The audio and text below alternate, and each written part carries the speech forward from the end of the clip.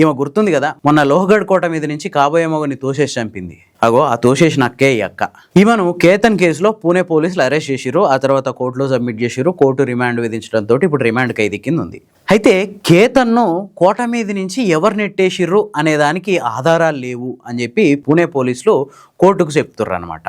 అరే అదేంది, మొన్ననే కదా ఈ షియా గోయలు అట్లనే ఆమె లవరు చేతను వీళ్ళిద్దరు కలిసి ఆ కేతన్ని కోట మించి దోసేసి చంపిర్రు అని చెప్పి వాంగ్మూలం ఇచ్చిర్రనే వార్తలు కూడా వచ్చినాయి కదా, పోలీసులు కూడా ధృవీకరించారు కదా. మరి ఇప్పుడు స్పష్టమైన ఆధారాలు లేవంటుర్రేంది అనే డౌట్ అందరికి వస్తుంది. దీనికోసమే ఈ షియా గోయల్కి అట్లాగే ఆమె లవర్ చేతన్కి వీళ్ళిద్దరికి లై డిటెక్టర్ పరీక్షలు నిర్వహిస్తాం, పర్మిషన్ ఇవ్వండి అని చెప్పి కోర్టును అడిగిర్రు. అంతేకాదు వాళ్ళు నేరం ఒప్పుకున్నట్టు కూడా ప్రచారం జరిగింది. ఇంకో ముచ్చట ఏంటంటే వాళ్ళు ఇచ్చిన వాంగ్మూలాల ఆధారంగా ఈ షియా గోయల్ని చేతన్ని ఇద్దరిని కలిసి మళ్ళా లోహగఢ్ కోట దగ్గరికి తీసుకెళ్లి సీన్ రీకన్స్ట్రక్షన్ కూడా చేసిర్రు.